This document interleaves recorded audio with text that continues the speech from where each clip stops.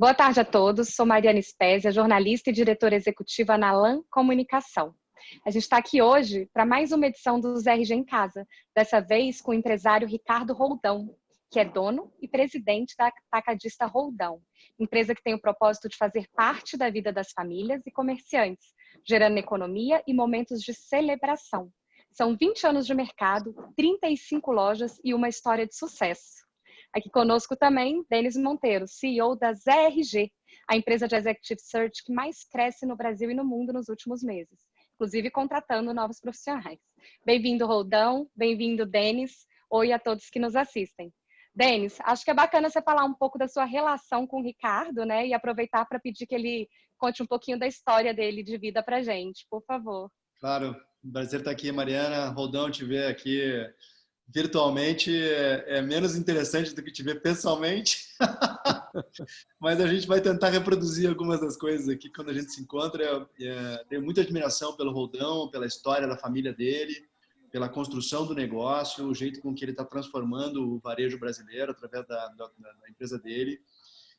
Eu acho que a gente vai ter muita coisa interessante para escutar, e essa história começa lá em Portugal, né? Eu acho que eu quero que ele conte isso com carinho, e de onde começou, acho que um exemplo de superação, de crescimento, de self-made man que a família dele fez, e a forma com que ele está aproveitando isso e está propiciando uma educação incrível para os filhos dele, oportunidades. Então, acho que é um grande pai de família, um executivo, né, de primeira linha, e um bom amigo de charutos e churrascos e boas risadas. Então, prazerzão estar contigo aqui nessa ZRG em Casa, que é um programa que a gente criou no meio dessa quarentena justamente para dividir com as pessoas os ensinamentos e aprendizados que homens de negócios como você podem trazer para a gente nesse momento. Então, obrigado, prazer estar contigo, obrigado pelo teu tempo aí no meio dessa confusão toda. Imagina, Denis, o prazer é meu. Obrigado aí pelo convite, Mariana, Estela, Bruno, Denis. Puxa, você sabe que sempre que contar a história, quando você fala contar a história desde Portugal, contar a história do meu pai, é algo que sempre, além de me encher de orgulho, me emociona, né? Porque meu pai é um cara que ele tinha uma dificuldade muito grande em Portugal, onde ele morava com a minha avó e com os irmãos, e praticamente o meu pai, ele que trazia tudo para dentro de casa, ele já trabalhava vendendo tremoço, já trabalhava carregando as malas das mulheres que chegavam no último ônibus lá em Machico, para quem não sabe, fica na Ilha da Madeira, que é um lugar belíssimo. E o meu pai teve sempre essa história de superação, de responsabilidade, desde muito cedo. Mas uma história interessante dele foi quando meu pai ele veio para o Brasil. Aí quem está nos ouvindo pode imaginar, não veio com o pai, com a mãe, com o tio, com a tia, não. Ele com 11 anos ele veio sozinho. Ele tinha obrigação, um casal que veio no navio tinha obrigação de tomar conta dele. Só que durante os 30 dias esse casal passou mal no navio. E o meu pai, como ele já tinha o pai da minha avó, que era pescador, ele saía muito com o barco do meu avô, que pescava atum na Ilha da Madeira, então meu pai estava acostumado com o mar. Então quem tomou conta do casal foi meu pai durante os 30 dias. E só que quando ele chegou aqui no Porto de Santos, que tinha que ter o irmão do pai, o meu tio Abel, para recepcioná-lo e que ele ia morar com esse tio, quando ele chegou aqui, ele teve a grata surpresa de não encontrar o tio. E ele, com 11 anos, ele ficou 2 dias no porto esperando o tio buscá-lo. Então, agora você imagina uma criança de 11 anos, que naquela época já não é mais criança, né?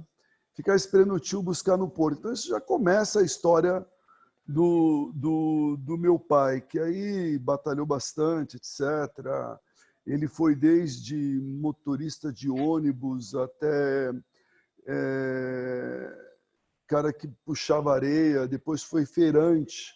E foi nessa época que ele foi feirante, que acho que foi outra virada de chave na vida de todos nós foi quando o meu pai ele ficou doente em 78, 79.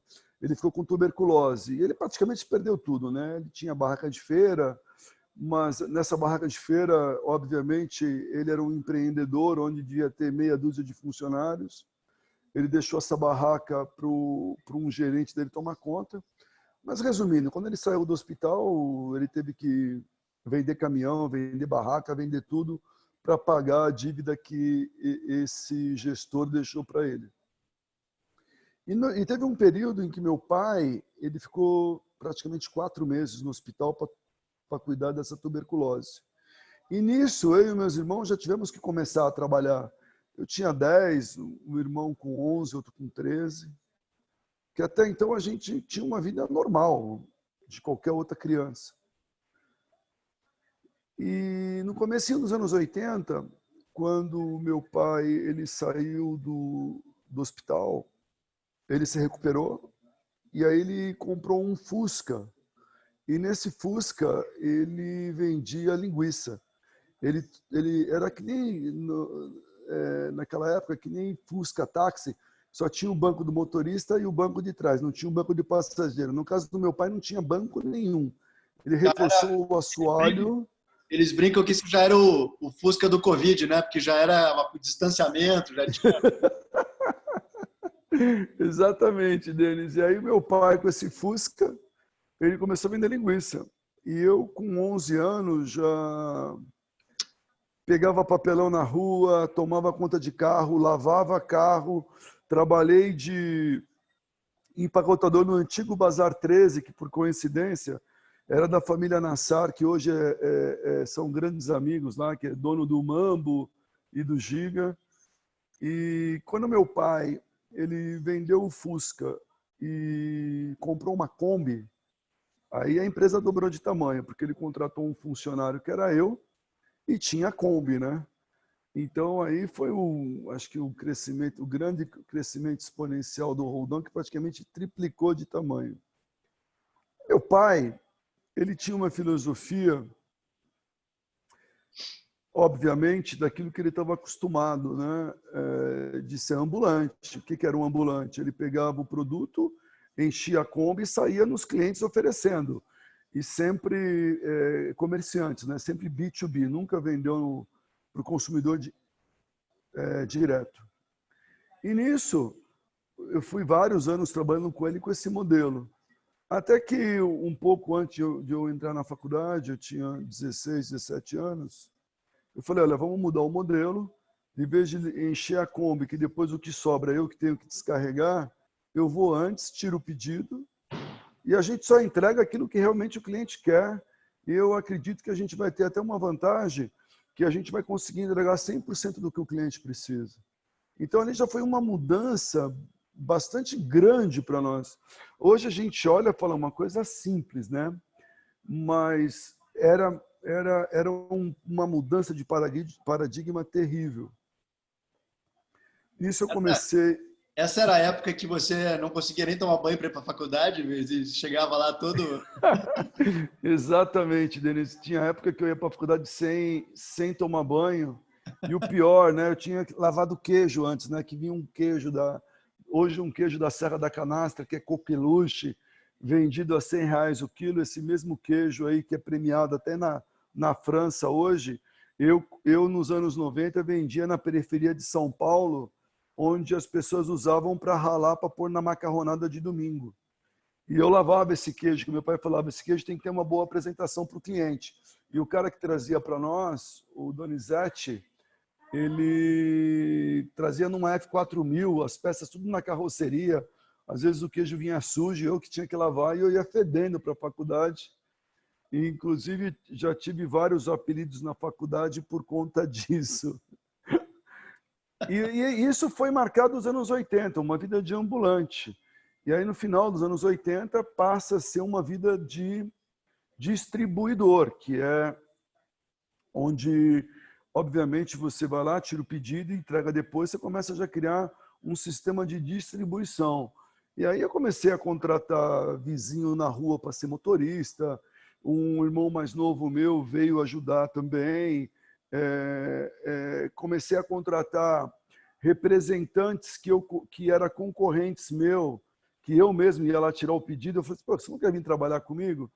Eu só sei que no final dos anos 90 nós já éramos praticamente, já tinha mais de 20 representantes. A empresa estava crescendo bem. Nessa época eu tinha 20 anos de idade, 21 anos de idade. E aí nos anos 90, com a distribuição, a gente resolveu... Deixa eu te perguntar só uma coisa, assim, nesse turning point da companhia que você estava falando, que eu acho que é interessante.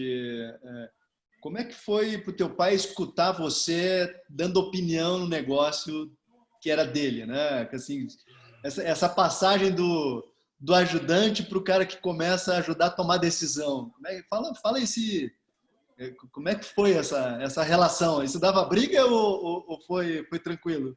Cara, você sabe que quando eu acabei o terceiro colegial, o meu pai falou, opa, agora beleza, né? Agora vai só trabalhar, né? Falei, não, pai, eu vou fazer faculdade. Mas faculdade para quê, meu filho? Não, vou fazer faculdade, pai, eu quero fazer faculdade. Mas, meu filho, você vai fazer faculdade para quê? Para vender linguiça? Eu falei, pai, eu posso até continuar vendendo linguiça como vendo até hoje, né? Mas eu quero ser um vendedor de linguiça estudado. Esse já foi o primeiro atrito que eu tive com meu pai. Eu tinha 16, 17 anos. E quando tinha essas mudanças que eu queria fazer, óbvio, como eu disse antes, para quebra de paradigma é muito difícil você pegar um cara que está acostumado, que ele viu que o irmão dele, o tio dele faz isso há 30 anos, e como é que eu vou querer mudar isso, que é uma questão já de décadas nesse modelo, como é que eu vou mudar isso? Isso não vai dar certo, etc, etc. Aí eu fui convencendo ele de que era melhor, convencendo, mesmo porque a gente não precisava sair com o carro carregado 6 da manhã, eu saía antes, tirava os pedidos, ele ficava, alguém separava, ele viu que aquilo era muito mais produtivo. Então, quando a gente tem barreiras assim de conflitos de operação ou de maneira de pensamento, acho que vai aos poucos, vai quebrando. Mas eu tive muito pau com meu pai eu acredito que até os 23, 24 anos. Aí também na hora que ele viu que que eu sabia fazer o negócio, foi legal porque ele compreendeu que eu tinha capacidade de entrega. Aí, Denis, ele começou a falar uma frase que até hoje ele fala, que pesa muito para quem tem a responsabilidade. Pai, eu estou pensando em fazer isso, isso, isso. Aí ele responde assim, o que você fizer está bem feito. Então essa frase para mim tem um impacto muito grande, porque é um peso, é uma responsabilidade. Falo assim, poxa, o cara, além de ser seu pai, o cara que foi seu mentor a vida inteira, ele está dando toda a credibilidade e, ao mesmo tempo, toda a responsabilidade nessa decisão que você está tomando. Mas foi vários paus, vários paus. Jogou um macaco no teu colo, então. Exatamente, exatamente.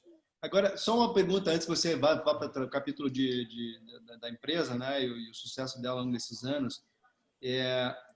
O que você acha que foi determinante para você versus todos os outros filhos de feirantes, eventualmente, daquela época, que você deu certo e a coisa foi com essa intensidade e velocidade? Qual foi o que você acha que foi o grande diferencial? Né? Porque a gente fala hoje em dia que o Brasil tem muita dificuldade de dar oportunidade, as pessoas reclamam e reclamam do governo, e você conseguiu, né, junto com a tua família, construir um negócio incrível. Assim. Então, você acha que fatores você acha que foram determinantes para que o Roldão desse certo e outros 200 milhares não deram nessa época?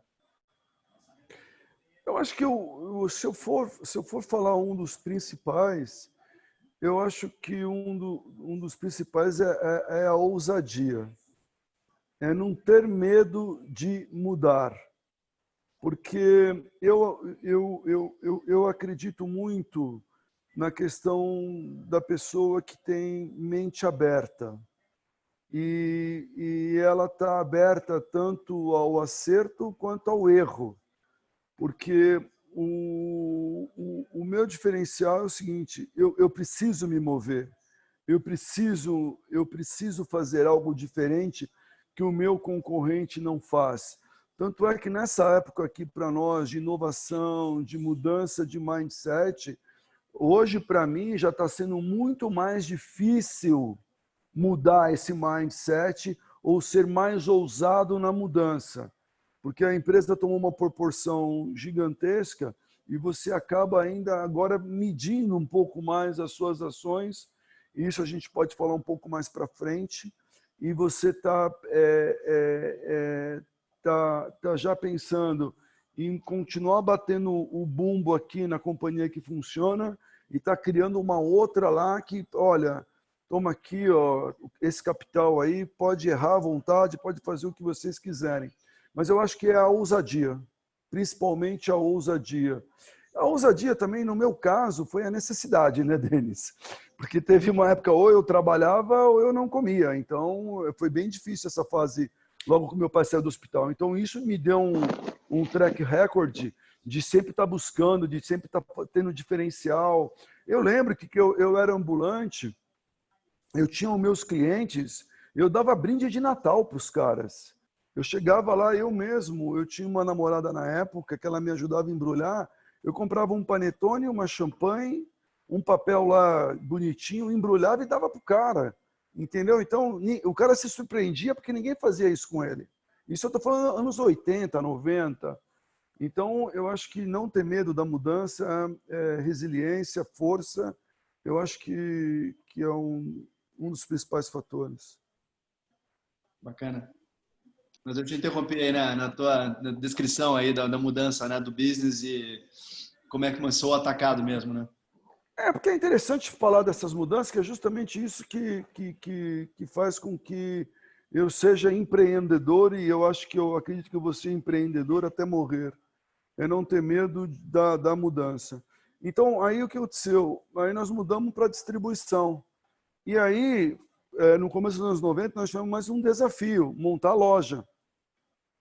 Que não é a loja que tem um formato hoje, mas é a loja que tinha o formato da Cantareira, dos atacados de secos e molhados, vamos dizer assim, que se falava na época.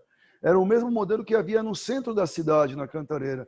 Aí nós fizemos um modelo desse. Então a gente acabou tendo um modelo de loja balcão e um modelo de loja e um modelo de distribuição até o final dos anos 90. E aí veio mais uma mudança. Quando hoje é super conhecido os atacarejo, mas no final dos anos 90 existiam dois só. Aliás, um conhecido no Brasil todo, que é o holandês, o Macro. E aí estava despontando o outro concorrente nosso até hoje, que é o Açaí. E foi quando o Açaí montou a segunda loja dele na Zona Norte, que despertou a gente a querer saber o que modelo é esse que faz com que o cliente vá buscar o produto, que você não precisa ter ninguém atendendo, ele mesmo pega, ele mesmo põe no carrinho, ele mesmo põe no caixa, ele mesmo põe no carro, ele mesmo leva para o negócio dele. Eu achei isso demais na época. E aí que veio a quarta mudança, que foi montar a loja de autosserviço no modelo que é hoje. Isso foi um desafio imenso, porque a gente não tinha a mínima noção de como fazia isso. A gente foi lá, copiou o modelo e etc., pegou alguns colaboradores para começar essa operação. Mas eu lembro bem desse dia... Pô, você deu uma de headhunter lá da concorrência, foi o Rodão? foi comprar competência na concorrência? Não, pra você ter uma ideia, o primeiro gerente que eu tive, o seu Elvésio, nossa, um homem muito bom. Ele trabalhava num concorrente nosso, eu fui lá umas 10 vezes bater papo como se fosse cliente, não sei o quê. Aí eu ganhei a amizade, a confiança dele. Aí depois que eu falei, eu tô montando uma loja. E é coincidência que a loja era perto de onde ele morava, era mais perto para ele, né? Ele falou, não, eu vou sim. E veio trabalhar conosco, trabalhou conosco vários anos, até se aposentar. E Mas o interessante dessa loja, Denis, que eu acho que é a passagem que fica, é como a gente era peitudo, né? Porque na distribuidora, vamos dar um exemplo, nós já éramos um pouco conceituado, uma distribuição forte, bem conhecido, com crédito na indústria. Só que eu tinha 3x de estoque na distribuição, que para nós já era muito, né? Essa loja, nós colocamos 7x de estoque. Só que não pagamos R$1, né? Ah, vamos abrir a loja, vai movimentar, vai virar. Quando a gente abriu a loja, foi interessante. Que primeiro que a gente abriu a loja, que o seu Elvésio abriu, não que a gente queria abrir, porque estava dando um problema de sistema, um absurdo. Aí, porque eu, para mim ir para a distribuidora, eu tinha que passar na frente dessa loja, né? Aí abre, não abre, abre, não abre. Isso uns 15 dias, né? Aí tem uma hora que a gente já não aguentava mais, aliás, os funcionários já não aguentavam mais, eu passo, a loja está aberta. Eu falei, mas quem que abriu a loja? Se houvesse falou, eu abria ou vocês não abriam, eu resolvi abrir. Meu, sem divulgação, sem tabloide, mas foi um show de horror. Eu só sei que a loja, no primeiro dia, vendeu R$14 mil. Isto, meu, aí que bateu o desespero mesmo. Como é que você vai pagar 7 milhões de reais em 30 dias, sendo que no primeiro dia você vendeu R$14 mil? Meu Deus, foi um baita desespero. Mas depois a gente acabou ajustando a loja, fazendo divulgação, exterminando todos os erros que tinha de cadastro para poder passar o produto no PDV. E aí foi legal. Aí, por sorte, nessa época, esse concorrente que tinha vindo para a Zona Norte, ele ficou acho que uma semana fechado por um problema que ele teve lá de vigilância sanitária. Os clientes migraram para a nossa loja e aí foi um boom. Aí foi sucesso. E agora o desafio é qual que é a próxima revolução, né? A gente já está investindo muito na questão de e-commerce, de click and retire, de shipping for store, mas tudo isso é um novo mundo para nós e nós estamos enfrentando aí também com a cara e a coragem. E que está sendo acelerado agora, né? Pela pandemia, enfim, isolamento, as pessoas estão ficando mais em casa, então essa transformação digital, sem dúvida alguma, está sendo super acelerada nesse momento, né? Imagino que para vocês também, a gente vai falar disso logo mais, mas queria, enfim, te parabenizar por essa história. Eu já tinha lido algumas coisas, mas ouvir de você é diferente, né, Denis? Ouvir da pessoa realmente que viveu. Eu fiquei com vontade de conhecer seu pai também. Ele podia estar aqui com a gente, hein, Denis? Meu pai é uma figuraça, figuraça. É, muito, muito bacana, nossa, e ele também, que corajoso, né, com 11 anos de idade, enfim, viver isso, e acabou que você também, né, tão novo e tão cedo, quando ele ficou doente, também teve que, eu vi que você foi trabalhar realmente numa barraca de feira, de um amigo do seu pai, né, para, enfim, é o que você falou, a necessidade, né, bem lembrado, Mariana, bem lembrado. Que seu bacana José, mesmo. saudoso seu José. Ô, Denis, e você ouvindo agora do Ricardo, acredito que você já conhecia parte dessa história e tal, mas o que você pode falar para a gente ouvindo uma história como essa? Porque como você perguntou para o Ricardo, assim, tantos outros poderiam estar no lugar dele e não estão. Então, assim, essa coisa da ousadia, da mente aberta, fez com que ele chegasse onde ele está hoje.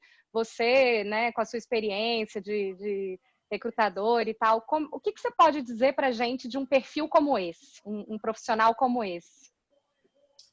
Mari, escutando o Roldão, eu tenho certeza de que quando você tem poucos recursos, você tem que fazer muito. E ele fazia muito, né? As histórias são lindas porque contam uma coisa que parece um drama até familiar, né? A história que eu brinquei com ele, a história dele chegar na faculdade, né, com cheiro de queijo, né? Que ele contou pra gente já há tempos atrás. Pode ser um drama para uns, para ele era aquilo, né? Ele, né, nasceu dentro daquilo, vivia com aquilo e se fazia respeitado por isso. Então, eu acho que um dos desafios das grandes corporações e dos seus executivos é como é que você é inovador ou quando tem essa ousadia, quando você tem um excesso de recursos e você acaba ficando, né?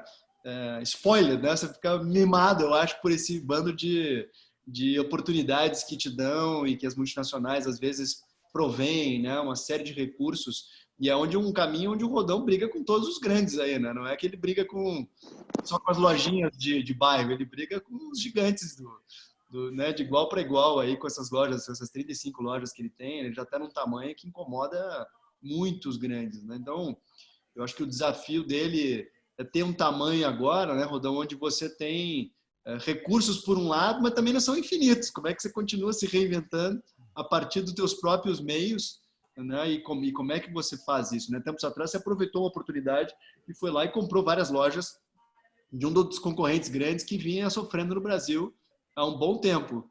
Então, que acho que é a mesma discussão que a gente pode falar também, inclusive, ouvindo o Rodão mais tarde, sobre como é que a gente não dá recursos demais para os nossos filhos, né? E eles também sintam essa fome de crescer, se desenvolver e de ir mais longe do que a gente.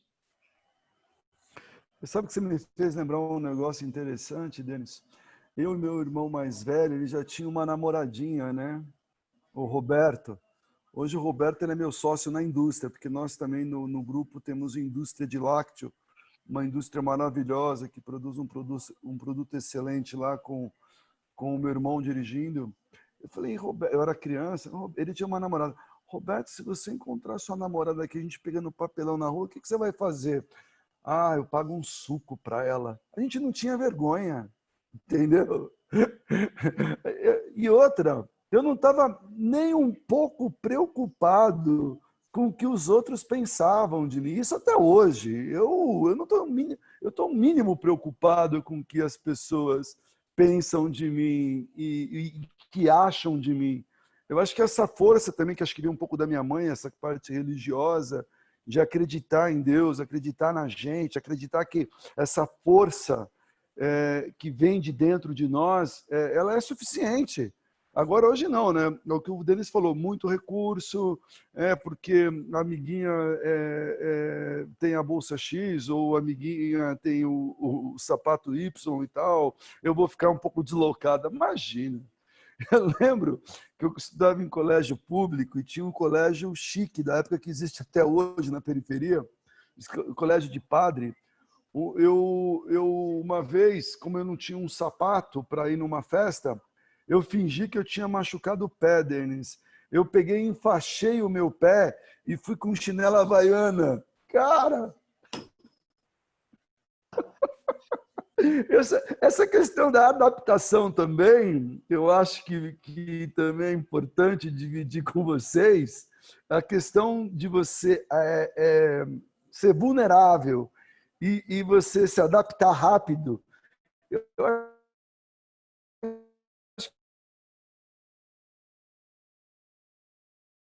Rodão travou?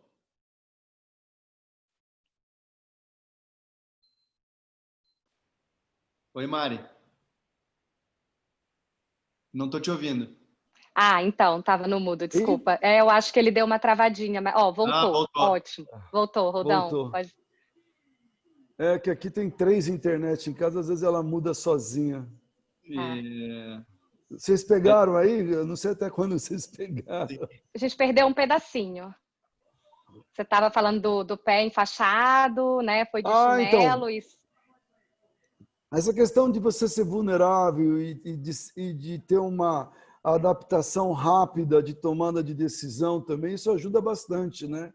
E era como eu era quando eu era jovem, entendeu? Eu tinha um recurso zero, meu Deus do céu. Eu lembro até hoje que eu comprei meu primeiro carro com meu dinheiro, com 18 anos, e ele era um Gol BX, era aqueles modelos taxistas. E quando eu cheguei na escola, eu pensei, Ricardo, esse Gol marrom aí, cor de, né? E aí eu coloquei uma rodinha que parecia um ralo, então, aí que ficou uma coisa horrível mesmo. Mas eu não estava nem aí, eu nem me importava, enfim.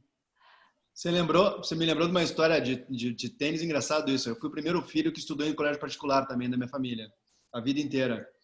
E o meu colégio tinha umas marcas, etc. E eu cheguei um dia pro meu pai e disse, pai, eu queria um tênis da Nike. Ele olhou para mim e falou assim, olha, filho, muito legal. O dia que você tiver dinheiro, você vai lá e compra um. Eu acho que essas coisas a gente vai aprendendo no hard way, né? Como é que a gente E essas coisas marcam, né? Marcam a vida. Você vê, vocês aí contando uma coisa lá de trás, mas muito bacana. A gente vai entrar agora um pouquinho nos negócios, mas é bom destacar que você já era inovador desde lá, né? Você já botava uma faixinha no pé, já inovava para poder se adequar a uma situação, uma realidade. E aí, tendo em vista isso, Ricardo, eu queria te perguntar, assim, a gente está vivendo um momento bem complicado, né? É natural que as pessoas pisem no freio, enfim, economizem, inclusive com alimentação, né? Então, como é que tem sido para a Atacadista Roldão se adequar a esse novo momento, assim, as mudanças de comportamento do consumidor, o auxílio emergencial, como é que isso de alguma forma, né, ajudou, afetou, enfim, o dia a dia das lojas? Conta um pouco para a gente. Bom, Mariana, no começo da pandemia houve um boom de consumo que todo mundo entrou naquele desespero que ia ter desabastecimento. Isso elevou a nossa venda de uma maneira exponencial. Uma outra mudança que teve é como o Roldão ou qualquer outro atacarejo, ele atende muito o setor de food service, e esse setor foi muito prejudicado. São bares, restaurantes, pizzaria que ficaram fechados até 15 dias atrás. Houve uma mudança no comportamento do consumidor, onde ele passou a consumir mais dentro de casa, ele começou a levar para dentro de casa o restaurante que ele estava acostumado, ele começou a levar para dentro de casa o cinema que ele estava acostumado. Imagine só você ficar 5 meses sem ir ao cinema. Então, essas mudanças de hábitos que foi tendo do consumidor fez com que aumentasse o consumo nas nossas lojas de outras categorias, principalmente categorias voltadas para a indulgência, que são categorias de bomboniere, de biscoito, chocolate, pipoca. Isso aí foi um crescimento exponencial que acabou equilibrando um pouco essa demanda que nós não tivemos do food service. Então, isso é uma parte. Então, no final, a gente ainda estamos saindo dessa pandemia sem se machucar muito. Agora, um grande problema que ao mesmo tempo é um grande problema, mas ao mesmo tempo teve uma grande solução, foi esse auxílio emergencial, né? Porque eu não sei se vocês sabem, mas injetou mais de 100 bilhões na economia. E a gente tem um dado que é importante, acho que eu posso dividir com vocês, ô Denis. O auxílio emergencial são R$600. O ticket médio dentro das nossas lojas, onde foi usado esse auxílio emergencial, está em torno de R$280. E nós tivemos mais de 100 mil clientes usando o vale emergencial. Então, isso ajudou muito essa população, principalmente essa população que ficou sem um emprego, principalmente na área de serviço, a empregada doméstica, a manicure, o salão de cabeleireiro, essa parte de serviço que é muito forte para a classe C, D e E, isso foi um auxílio fundamental. E, por outro lado, uma das coisas que ninguém percebe, Mariana e Denis, é a inflação de alimentos. O pessoal olha que a inflação está baixa, nós não sentimos a inflação de alimentos porque, obviamente, o nosso gasto de alimento na classe A, ele não chega a 10% da renda. Mas o problema é que na classe C, D e E, isso pode significar 50% a base de alimento. E o IPCA de alimento nos últimos 12 meses, para quem não acompanha, ele está em 8%. Então, agora você imagine uma população da classe C, D e E que está sofrendo com a falta de renda, com a falta de emprego, e agora ela tem uma inflação em cima do produto que consome 50% a 60% da renda dela. Então, o desafio até aqui foi tranquilo para abastecer essa população por causa do auxílio emergencial. A maior preocupação que nós temos com o mercado de alimentos, ou todo o varejo alimentar, é se o Guedes vai continuar com esse auxílio emergencial ou não. Porque se ele não continuar com esse auxílio emergencial, obviamente nós vamos ter um quarto trimestre com bastante problema. Nós vamos ter um quarto trimestre onde o consumo vai diminuir bastante aí no quarto trimestre. E o que eu estou avaliando aqui, eu entrei nessa live, mas antes eu estava na live da nossa associação, onde está todos os presidentes de todos os atacarejos do Brasil inteiro. Uma outra preocupação nossa também, discutida nessa reunião, é se o governo rompeu o teto de gastos e tem um problema fiscal. Aí sim que a gente vai viver aí com descontrole cambial, queda no mercado financeiro mais uma vez, a expectativa baixa. Isso pode gerar um problema para o último trimestre do mês. Mas falando de maneira geral, eu acho que o quadro é esse. É torcer que essa inflação de alimentos ela recue um pouco no último trimestre, é torcer para que o governo continue com esse auxílio emergencial ou até mesmo crie aí de uma maneira inteligente o que eles estão chamando de Renda Brasil, porque cada vez maior a gente sabe que essa questão da desigualdade da renda, não só no Brasil, como no mundo, com empresas de tecnologia, com empresas onde cada vez mais demandam menos mão de obra, faz com que a gente tenha realmente um desequilíbrio total de distribuição de renda.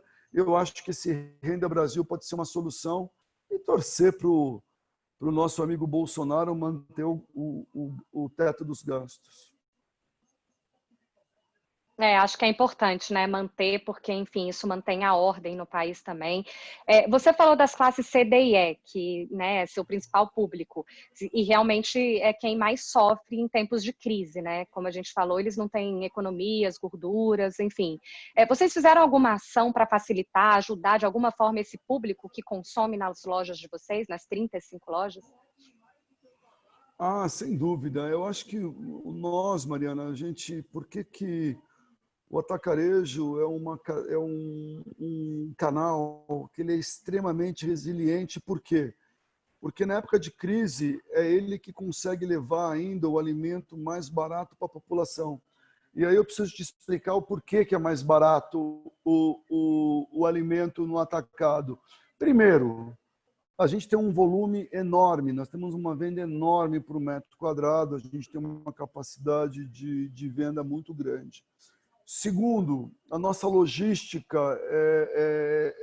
ela é bastante reduzida, porque nós temos armazéns, as nossas próprias lojas são armazéns. Então, praticamente 80% do que a gente vende é entregue direto loja. Isso te dá uma economia logística muito grande. E terceiro, e mais importante, é o custo operacional. O roldão, o atacado que tem essa eficiência, ele trabalha com a despesa menor que 2 dígitos sobre a venda bruta e sobre a venda líquida um pouco mais de 10%. Quando você compara com o hiper, o super, essa despesa dele é em torno de entre 20 e 22. E quando você compara um supermercado de nicho que tem muito serviço, um supermercado onde tem rotisserie, tem todos os serviços que você imagina. Para dar um exemplo aqui, um Saint Marché, um Mambo, um Santa Luzia, um Empório São Paulo. Eu vou citar todos os meus amigos aqui para que eles não fiquem enciumados. Pode chegar a 24%, 25% de custo operacional. Então, só aí no custo operacional você tem 15% de diferença. E como o atacado ele roda muito, tem produtos que pode chegar a uma diferença de 20%, de 30%. Mas numa cesta de uma família, a economia é de 15% a 20%. Então, é por conta desses fatores que o atacado já faz um bem enorme para a população. E fora isso, nós implantamos no meio da pandemia aí o Roldão Pay, que é um cartão que dá crédito para essa população, onde a gente vem aí aumentando de maneira bem considerável o Roldão Pay. Nós estamos dando crédito para essa população C, D e E, com prazos de 40 dias para pagar. Isso vem ajudando bastante. E no aspecto de informação, durante a pandemia, a gente, no nosso blog, demos dicas de como economizar, demos dicas de como que essas pessoas poderiam ter acesso ao auxílio emergencial, como os micros e pequenos empreendedores podiam também ter acesso a esse dinheiro que foi liberado pelo governo para ajudar as pequenas e médias empresas. Então, a gente procurou, de maneira bastante direta e eficiente, dar informação para esse público, para que eles pudessem aí ter acesso a essas linhas de crédito que foram disponibilizadas pelo governo.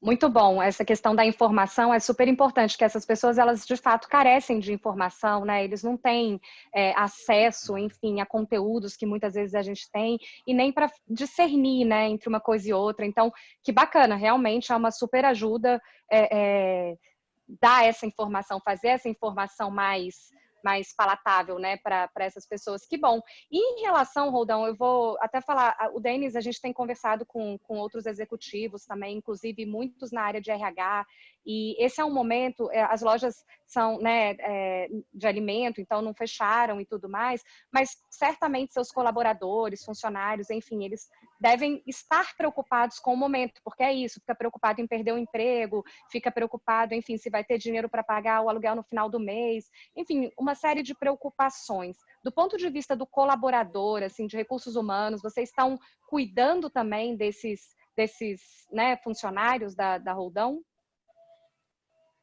Ah, sem sombra de dúvida. Tanto é que nós fomos mesmo sem ser obrigatório, no começo da pandemia, nós somos um dos primeiros varejos, o atacado no Brasil, a disponibilizar máscara para esses colaboradores.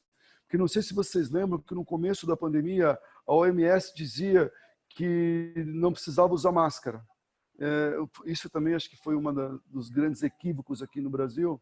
E nós, porque os funcionários começaram a ficar inseguros na loja de atender os clientes, então disponibilizamos máscara, álcool gel, proteção em check-out, proteção em balanças. Nós somos um dos primeiros também a colocar todas aquelas placas de proteção. E, óbvio, afastamos todo e qualquer colaborador de risco, pessoas grávidas, pessoas acima de 60 anos, pessoas com diabetes, pessoas com qualquer grau maior de exposição à doença. A gente fez um trabalho muito, muito rápido. Eu acho que isso foi muito positivo. E também, Mariana, a gente disponibilizou testes em praticamente todas as nossas lojas, né? A gente fez, acho que teve um acordo com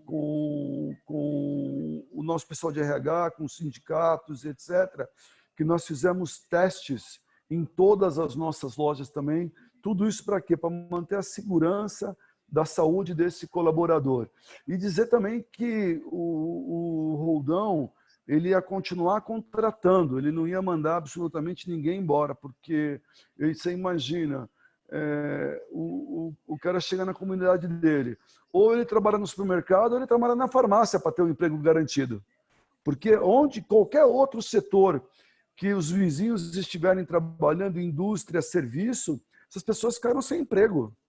Então, essa segurança emocional foi trabalhada muito rápida pelo RH. E uma outra coisa também que nós fechamos com o pessoal de RH, só vamos divulgar notícia boa. Só vamos divulgar notícia boa. Então, mudaram até a playlist de loja, com músicas mais animadas. Enfim, o pessoal do RH fez um trabalho maravilhoso e que manteve aí os colaboradores bem engajados. Ai, que bom, isso deve ter trazido um conforto emocional muito grande, né?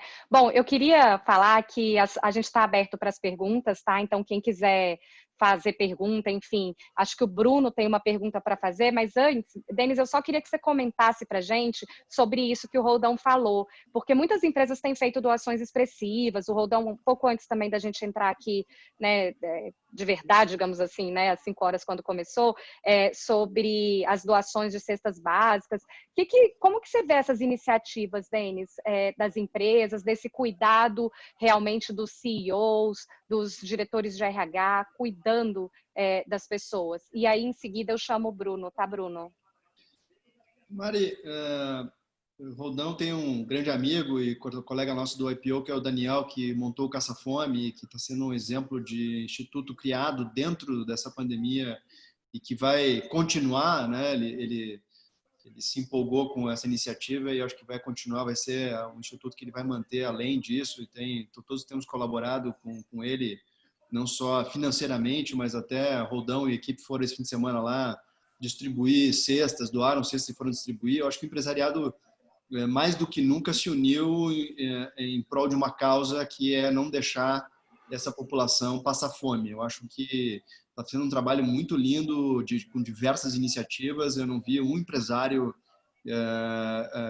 parado nesse momento, está todo mundo se mobilizando, e eu acho que essa cultura que pode ser um pouco de filantropia, se você achar por um lado, mas ela é o que eu acho que é responsabilidade social. As empresas e empresários têm uma consciência de que não dá para deixar isso tudo na mão do governo, que em nenhum país do mundo que as coisas funcionam minimamente, isso está na mão do governo. Então, a gente tem sim que se mobilizar e as empresas encontrar os seus caminhos para fazer com que esses recursos cheguem aonde precisam chegar.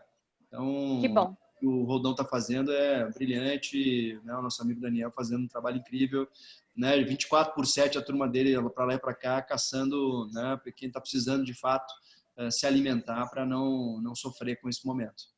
Perfeito, perfeito. Realmente, a gente precisa fazer também, né? Não pode deixar na mão do outro. É uma responsabilidade, acho que, de todos nós. E é responsabilidade social, como você falou, né? Então, a gente tem que pensar no lado econômico, social, ambiental, enfim. Que bom que as empresas estão despertando para isso, e que bom, Roldão, que vocês estão com essa preocupação também. Muito bacana. E acho que pode ser um pouco da onde, né, você veio também. Enfim, você tem uma sensibilidade para isso. Que ótimo. Bruno, vamos lá, pode perguntar. Obrigado, Mari. Rodão, obrigado aí de novo. Acho que todo mundo já agradeceu, mas obrigado aí em nome das RG pela disponibilidade. E, na verdade, a minha pergunta remete até um pouco aí o início da conversa, né? Acho que você contando muito a história da sua família, do seu pai e sua história de jovem, como você começou a montar sua primeira loja, eu acho que você trouxe uma série de histórias, mas que, na verdade, elas trazem referências, eu acho que da cultura que você tem hoje no Roldão, né? Na rede de lojas, das competências que você talvez busque. Quando você falou da ousadia, quando você falou de ir lá e fazer, que é o sentimento, acho que de dono mesmo, né? Que hoje se transformou na competência aí do ownership. Então, assim, você trouxe diversos exemplos de características, eu acho, bem peculiares, que ajudaram, lógico, a empresa a chegar onde está hoje, mas que também fomentam que essa sua base de cultura corporativa, né? E aí a pergunta que eu faço é: como é que é trazer, às vezes, um executivo, né, de fora para esse ambiente, numa cultura muito forte de sucesso que vocês construíram, e adaptar, às vezes, um executivo que vem de outro ambiente, com outras vivências, ou talvez que não precise ter esse ownership tão grande, né, porque vem de empresas maiores, etc., no ambiente aí da Roldão? Como é que é desenvolver esses quesitos internamente? Nossa, Bruno, excelente pergunta que quase que eu devolvo para você mesmo dar a resposta. Adorei, muito bom. É verdade, sabe, o Bruno, empresa familiar, eu digo assim, é familiar, mas eu sou o CEO, nós temos 5 diretores, temos pouquíssima gente da família.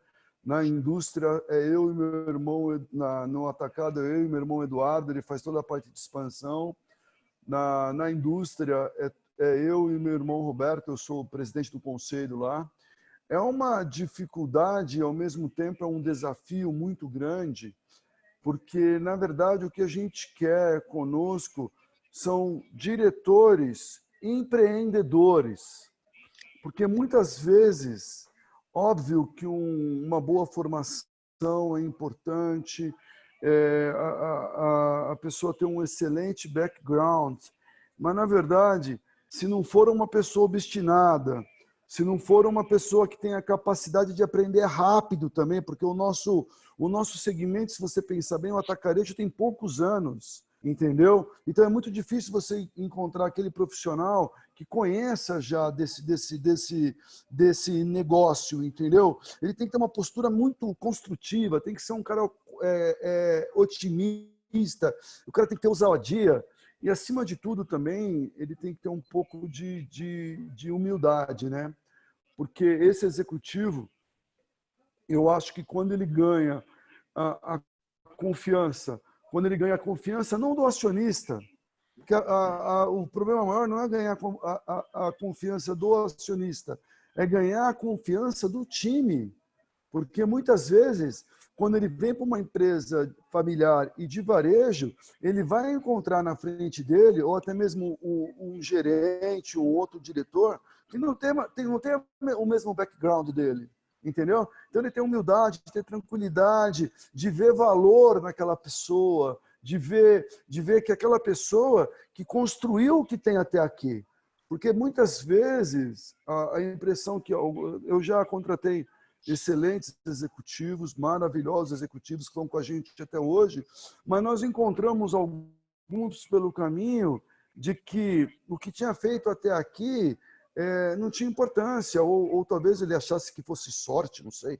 Mas eu acho que o desafio nosso é encontrar essa pessoa com essas características aí, e principalmente de comprometimento. E o que eu diria para os executivos que estão nos escutando aqui é senso de dono, porque você pode empreender na sua empresa, mas você pode empreender como executivo também. Eu acho que quando você empreende como executivo, você pode ter certeza que o seu retorno vai ser muito maior. Eu diria que até financeiro e emocional, porque quando você empreende naquilo que você se sente o dono, você vai olhar para trás e falar: quem construiu isso também fui eu, quem colaborou para isso também fui eu, quem fez isso aqui que está aqui até hoje, eu colaborei, tem o meu DNA aqui, tem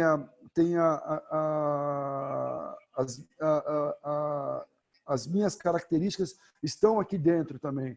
Eu acho que isso é importante. E falando um pouco da parte social, Mariana, eu acho que toda empresa, eu estou estudando muito sobre ESG e eu vejo que cada vez mais as empresas, elas são aquilo que elas fazem para e pela comunidade.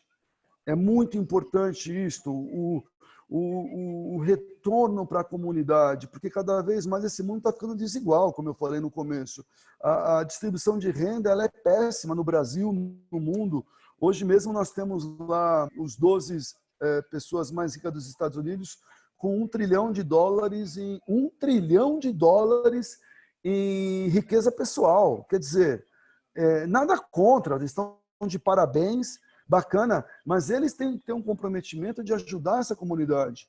Então, o Roldão, fora essa ação que faz de maneira pontual com o Caça-Fome, nós temos um instituto, que é o Instituto Roldão, onde, sabe aquela loja que eu falei, que era venda de balcão igual na Cantareira? Hoje, esse local é o Instituto Roldão. Lá nós temos um tatame de 200 metros quadrados de judô. Lá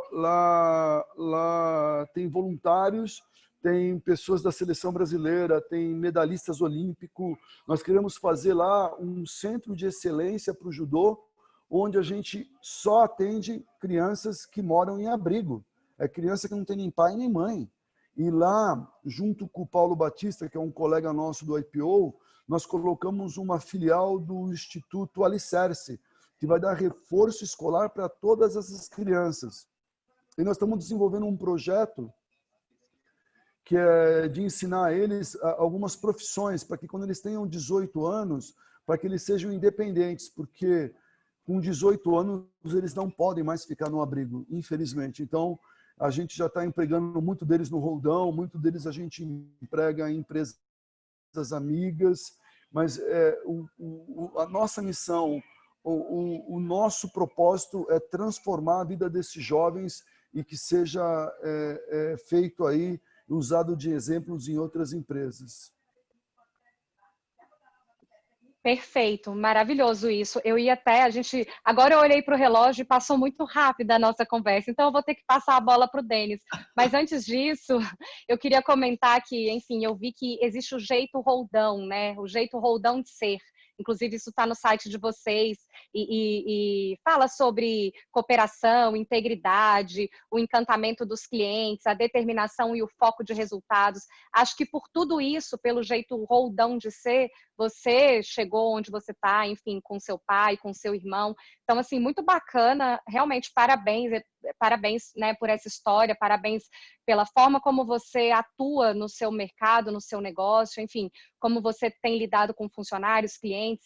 Eu ia até falar aqui, né, Denis, planos para o futuro, sobre as lojas, porque inclusive a classe A e a classe B, elas também estão frequentando, né, o atacadista Roldão, as lojas, mas enfim, pena que o tempo está curto. Denis, eu vou passar a bola para você, faz a nossa pergunta, a sua pergunta, né, que a gente gosta de ouvir. E, Roldão, muito obrigada. Obrigada pelo seu tempo e por compartilhar essa história tão bonita e de sucesso com a gente. Sem dúvida alguma, a gente aprende um pouquinho a cada dia quando a gente tem a brilhante participação de vocês executivos aqui nos RG em Casa. Vamos lá, Denis.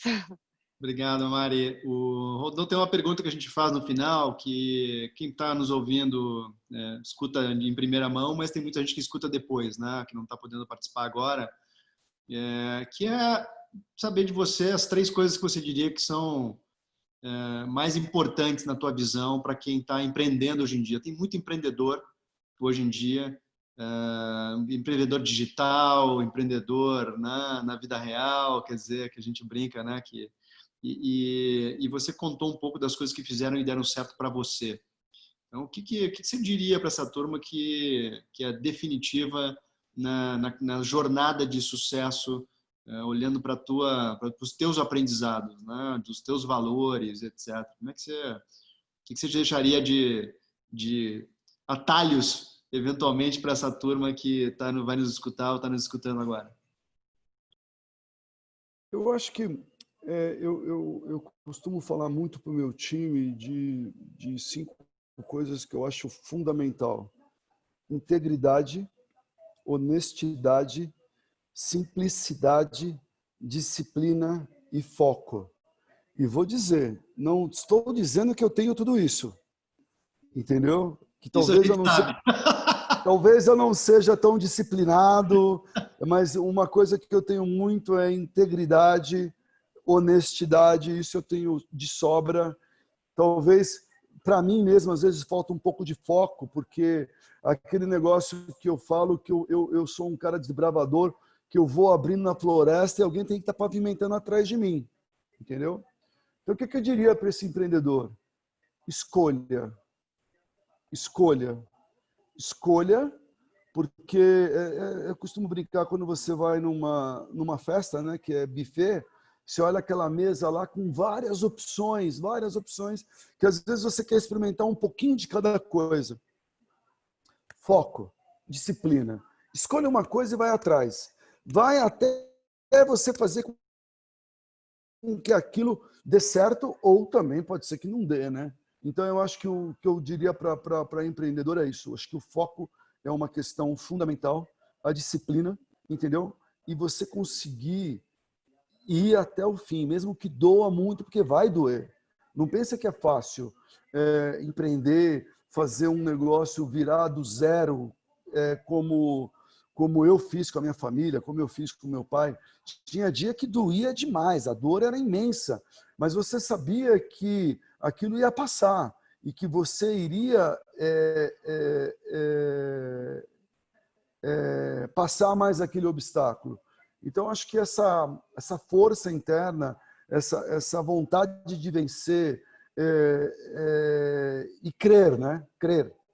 E ter muita fé, né? Porque eu costumo brincar que ter fé é você acreditar naquilo que você não vê, às vezes. Então, acho que a fé, nesse momento, também ajuda muito, seja ela qual for a sua fé. Mas eu acho que dá bastante equilíbrio, dá bastante disposição e dá bastante vontade. Eu acho que é isso, Denis. Cara, a minha vida, eu só tenho a agradecer, eu sou um cara muito grato E uma outra coisa também que eu faço bastante é ter gratidão.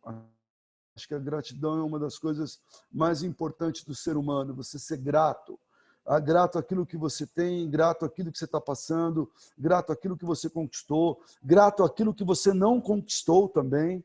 Eu acho que a gratidão dá um norte muito bom para as pessoas e viver em harmonia, tranquilidade e procurar no meio dessa jornada aí, porque eu acho que uma das coisas que vocês vão sentir mais saudade é da jornada.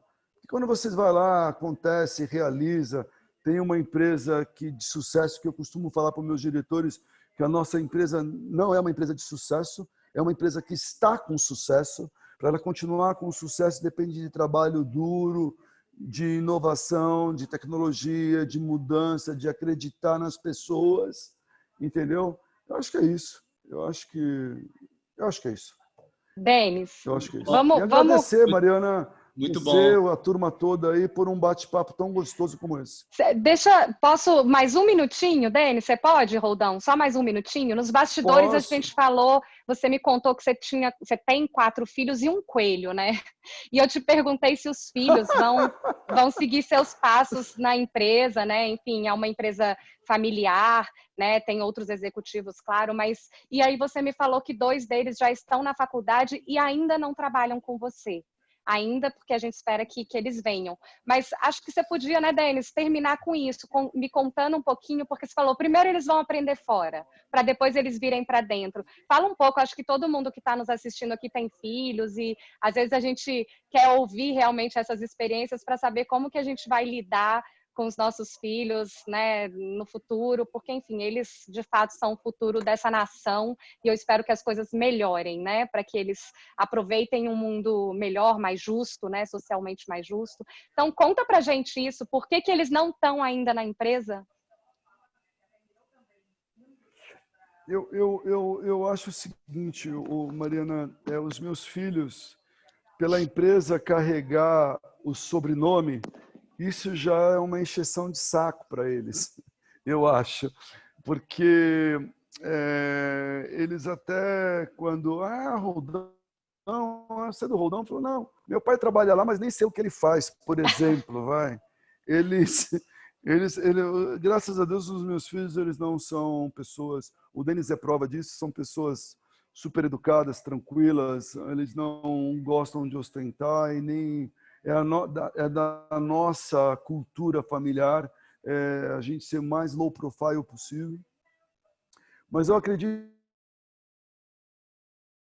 muito que ter chefe fora, ter pares fora, eles serem vistos como pessoas que fazem parte daquele ecossistema como qualquer outra. Porque, obviamente, se entra dentro de um ecossistema de uma empresa familiar a qual eles vão ser vistos como filho do dono, filho do acionista, etc. E pode ser que eles vão ter que, para se provarem, eles vão ter que se esforçar o triplo, o quádruplo. E eu acredito que quando eles tiverem essas experiências fora, que nem o meu filho mais velho, hoje ele está na Nielsen. E a minha filha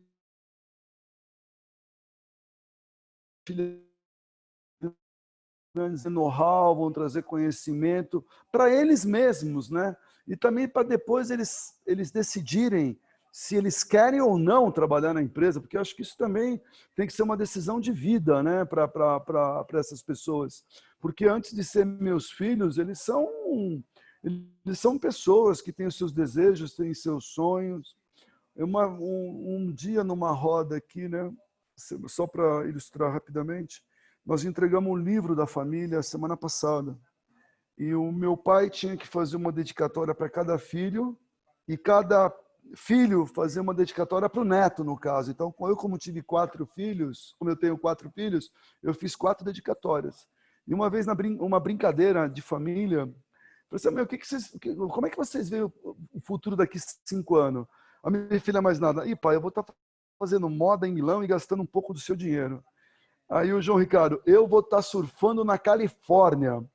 Aí a Pietra e a Vitória participaram com outras brincadeiras, né?